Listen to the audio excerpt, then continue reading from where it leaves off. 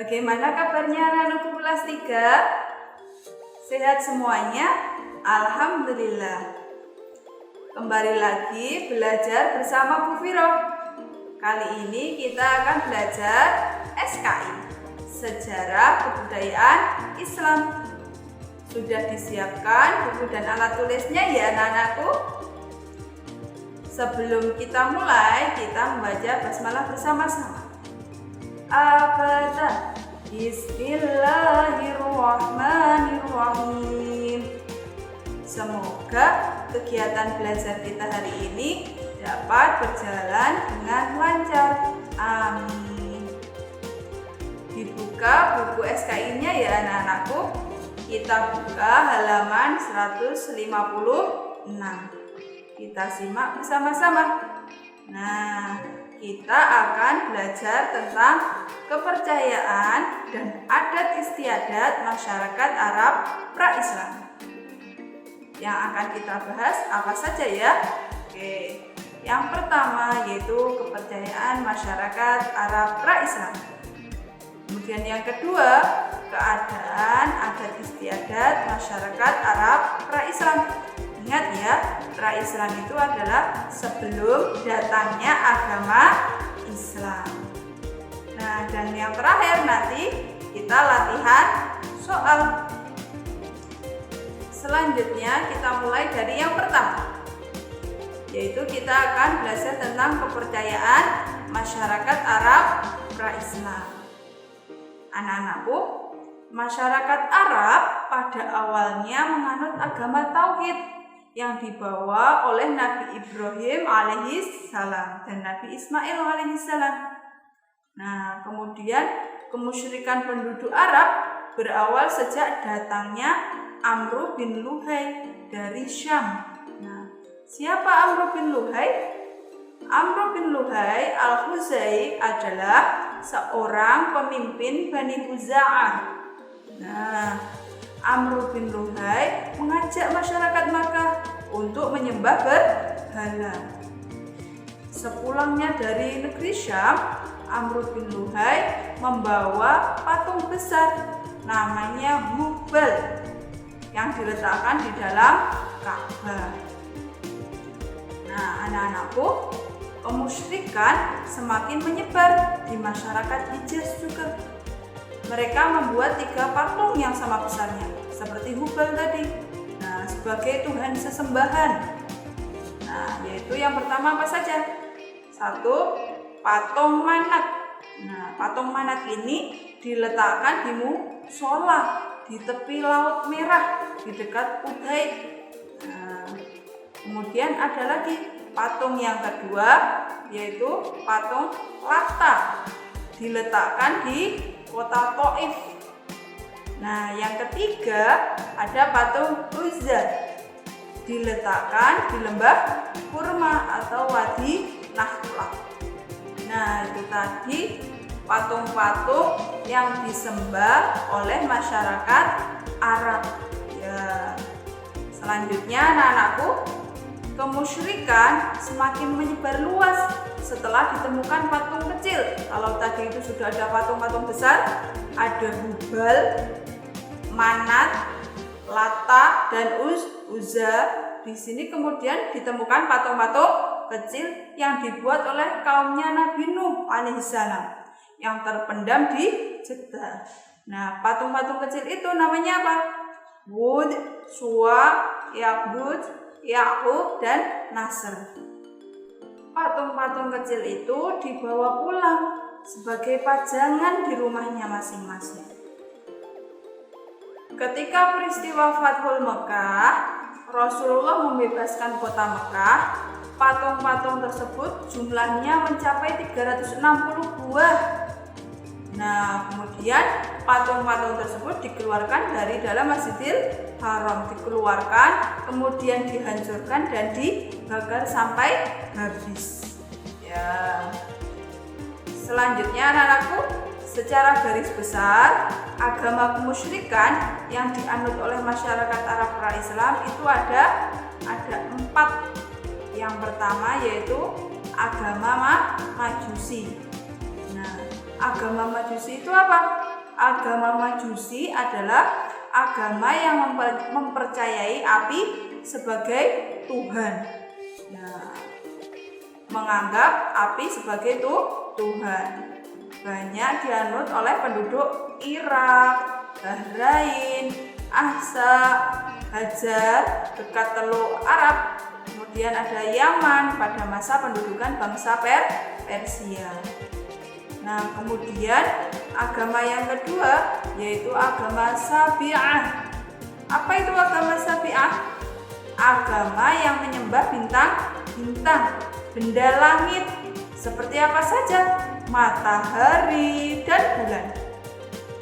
Nah, agama ini dianut oleh suku Saba, suku kaum Ibrahim Khaldian. Kemudian penduduk Syam, kemudian penduduk Yaman dan Irak di bagian tepi pantai Teluk Arab. Nah, selanjutnya anak-anakku, agama yang ketiga yaitu agama Yahudi. Nah, agama Yahudi itu adalah agama yang meyakini Uzair sebagai anak Tuhan. Nah, agama Yahudi anak-anakku masuk ke Jazirah Arab dibawa oleh pendatang dari Palestina sejak tahun 70 Masehi.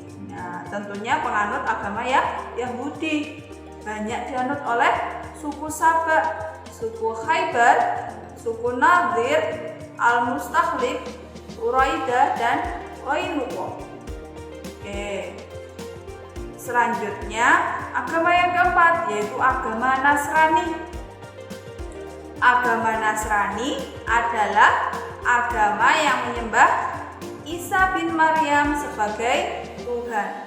Jadi menganggap Nabi Isa sebagai Tuhan.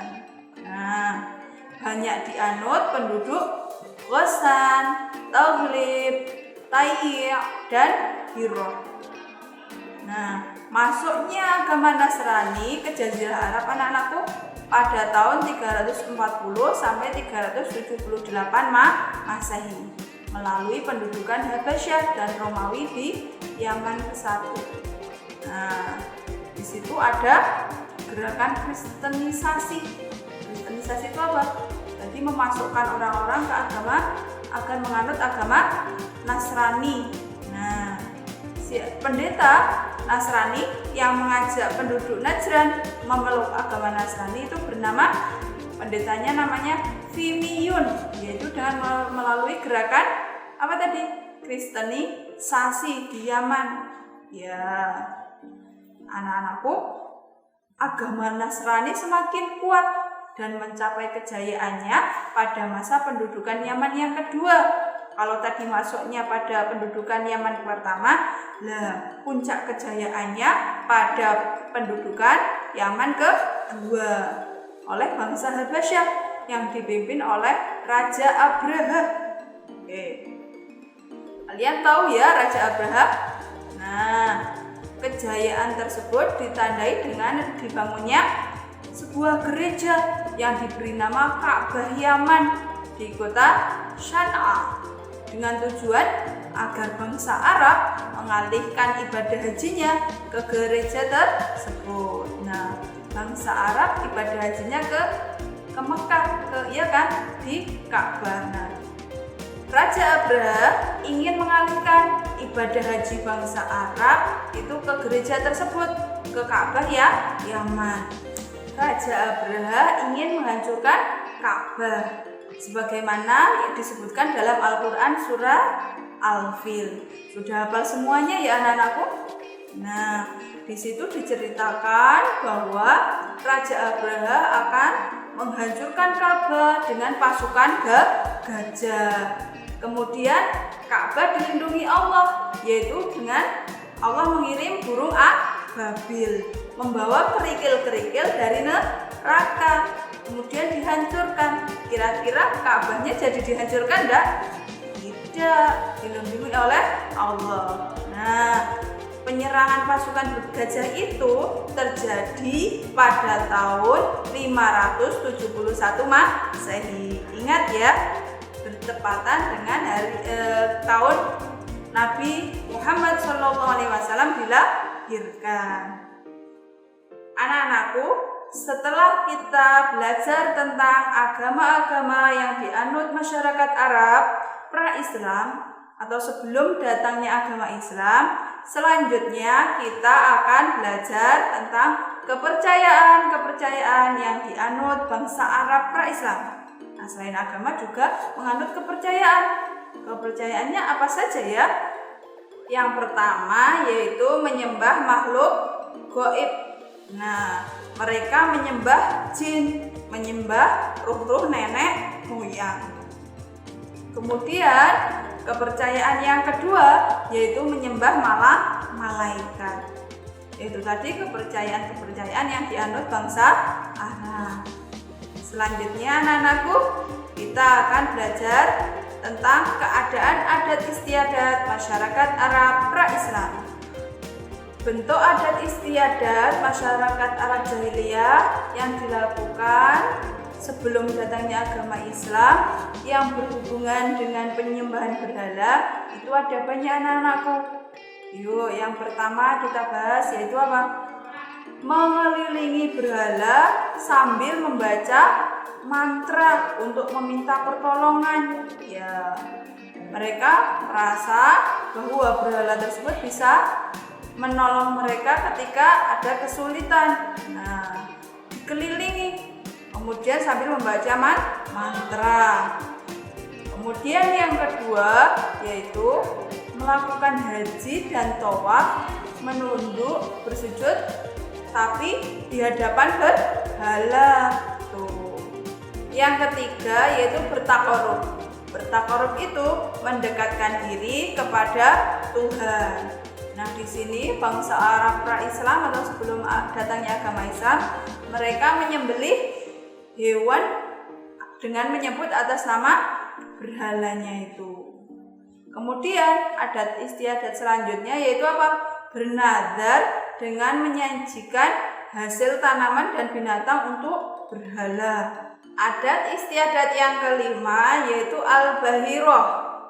Al-bahirah itu adalah anak as-sa'ibah, yaitu 10 unta betina dari seekor induk unta betina tanpa diselingi anak unta jantan. Yaitu maksudnya gimana? Ada 1 ekor unta betina melahirkan 10 unta betina tanpa diselingi unta jantan. Oke, berturut-turut 10 melahirkan 10 anak unta betina. Nah, bentuk ritualnya anak-anakku, anak-anak unta betina tersebut itu tidak boleh ditunggangi, tidak boleh dicabut bulunya, tidak boleh diminum susunya kecuali oleh tamu. Nah, kemudian yang keenam yaitu adat istiadatnya as-sa'ibah. Nah, kalau tadi al-bahirah itu anak as-sa'ibah, as-sa'ibah itu apa? As-sa'ibah itu unta betina yang telah melahirkan 11 anak unta betina. Nah, unta tersebut dibelah kupingnya, dilepaskan secara bebas bersama anaknya. Nah, kemudian anak-anakku, adat istiadat yang nomor 7 yaitu al-wasilah adalah apa? 5 anak domba betina yang lahir dari 5 induk betina. Kemudian masing-masing melahirkan 10 anak domba betina. Nah, kemudian domba tersebut dipersembahkan kepada kaum laki-laki. Tapi di sini ketika ada anak domba yang mati, maka persembahan tersebut boleh dimakan oleh kaum laki-laki dan perempuan. Selanjutnya anak-anakku yaitu al-hami nomor 8 adalah unta jantan yang telah membuahi 10 anak unta betina tanpa ada pejantan lain. Nah, di sini kepercayaannya mereka menjaga unta tersebut tidak ditunggangi dan melepaskannya secara bebas. Adat istiadat yang ke-9 yaitu adalah al-azlam. Artinya masyarakat Arab itu mengundi nasib. Nah, baik itu nasib baik atau buruk dengan 3 buah anak panah. Nah, anak panah tersebut itu tidak ada bulunya. Kemudian diberi tulisan atau kata ya, kemudian ada lagi tidak, dan kemudian lagi dibiarkan. Bentuk adat istiadat yang ke-10 yaitu a'raf adalah bentuk adat istiadat yang percaya terhadap ramalan dukun atau paranormal. Kemudian yang ke-11 yaitu at-tiyar adalah adat istiadat yang percaya pada ocehan burung atau sikap hewan. Kalau ocehan burung atau sikap hewan itu ke arah kanan, itu pertanda baik. Kemudian kalau menghadap ke kiri, itu berarti pertanda buruk. Seperti itu adat istiadat masyarakat Arab Islam sebelum datangnya agama Islam. Selanjutnya kita latihan soal. Dibuka halaman 163 ya. Kita kerjakan bersama Bu Firoh. Nomor 1. Pada awalnya masyarakat Arab mengikuti ajarannya siapa? Nabi Ibrahim alaihi salam. Kemudian lanjut nomor 2. Orang yang pertama menyeru kemusyrikan bernama siapa? Ya, betul sekali. Jawabannya C. Amru bin Luhai. Kemudian nomor 3. Berikut ini bukan agama yang dianut bangsa Arab pra-Islam. Jawabannya adalah yang apa? A. Islam. Betul sekali. Kemudian nomor 4.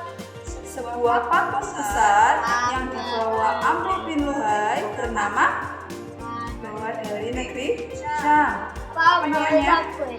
Jawabannya adalah A. Mubal. Betul sekali. Selanjutnya nomor 5. Nomor 5. Pendeta yang mengajak penduduk Najran memeluk agama Nasrani adalah siapa namanya? B. Betul sekali. Simiyun. Nomor 6. Nama patung yang diletakkan di dalam Ka'bah adalah Jangan gua apa? Betul sekali. Betul. Nomor 7. Boleh Gereja Ka'bah Yaman dibangun oleh siapa? B. Betul sekali. Abraham. Nomor 8. Al-azlam adalah bentuk adat istiadat dengan mengadakan undian nasib. Menggunakan apa ya? Jawabannya C. Anak panah. Nomor 9. Adat istiadat Arab jahiliyah yang mempercayai dukun disebut a'raf. Betul sekali. Selanjutnya nomor 10. Peristiwa penyerangan Ka'bah oleh Abraha diabadikan Allah Subhanahu wa taala dalam Al-Qur'an surat D. Yang betul apa? Al-Fil. Nah, itu tadi pembahasan Rom 1. Nah, tugas kalian kerjakan mandiri halaman 164 yang Rom 2 ya. Dikerjakan di lembar tugas atau buku ulangan. Besok dikumpulkan ketika pengumpulan tugas. Itu ya anak-anakku. Nah, semoga bermanfaat dan barokah. Kita akhiri dengan bacaan hamdalah bersama-sama. Alhamdulillahirabbil alamin. Dari beliau cukup sekian. Wassalamualaikum warahmatullahi wabarakatuh.